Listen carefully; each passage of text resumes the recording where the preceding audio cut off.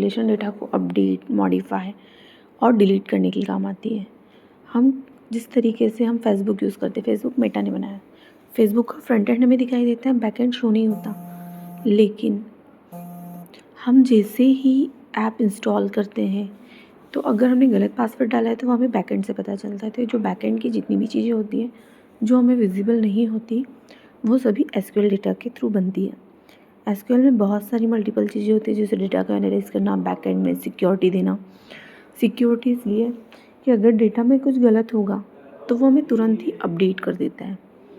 Structure Curie language programming language data को update, delete और modify करने के काम आती है। साथ ही साथ ये हमें सिक्योरिटी भी देती है। अब हम जितने भी प्रोग्राम्स बनाते हैं उनमें कहीं ना कहीं बैकएंड सपोर्ट लगता है। बैकएंड सपोर्ट में हम किसी भी डेटा को सर्च कर सकते हैं। सर्च करने के बाद अगर मुझे लगता है कि उसमें कुछ अपडेट करना, मॉडिफाई करना है तो हम वह भी कर सकते हैं। इसके अलावा एसक्यूएल क्यों महत्वपूर्ण है, क्यों इम्पॉर्टेंट है? आप आजकल स्टैंडर्ड लैंग्वेज पे काम करते थे कि स्टैंडर्ड लैंग्वेज होती है एसक्यूएल, ठीक है। साथ ही साथ जो नए डेवलपर्स होते हैं उनको इसमें इनपुट, आउटपुट, साथ ही साथ फ्रंट एंड बैक एंड पे वर्क करने के लिए भी काम आता है। एसक्यूएल के मल्टीपल फंक्शंस होते हैं। इसमें हम आप पढ़ेंगे SQL numeric function. Numeric function वो फंक्शंस होते हैं जिसमें ओनली वैल्यूज़ या ओनली आउटपुट न्यूमेरिक वैल्यूज़ में होता है, ठीक है। इस यूनिट में जैसे पावर, एब्सोल्यूट, स्ट्रिंग, राउंड, ये सारे एसक्यूएल टेक्स्ट फंक्शन है।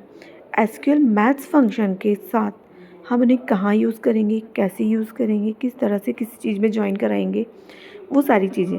साथ ही साथ इसमें आपको सिंटैक्स, इनपुट और आउटपुट भी दिया गया है, जिसको आप प्रॉपर प्रोग्रामिंग भी कर सकते हैं और साथ ही साथ आपका उसका आंसर भी आएगा।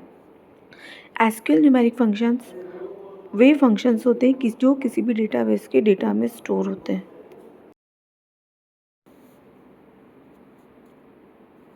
SQL function built in functions होते हैं। Built in functions way functions होते हैं जिसे हम add, remove, modify, update, insert सभी कर सकते हैं, ठीक है। तो हम इसमें जितने भी फंक्शंस पढ़ेंगे वो सारे फंक्शंस ऐसे फंक्शंस होंगे जो हम हमारी लाइफ में कहीं ना कहीं यूज़ कर रहे हैं।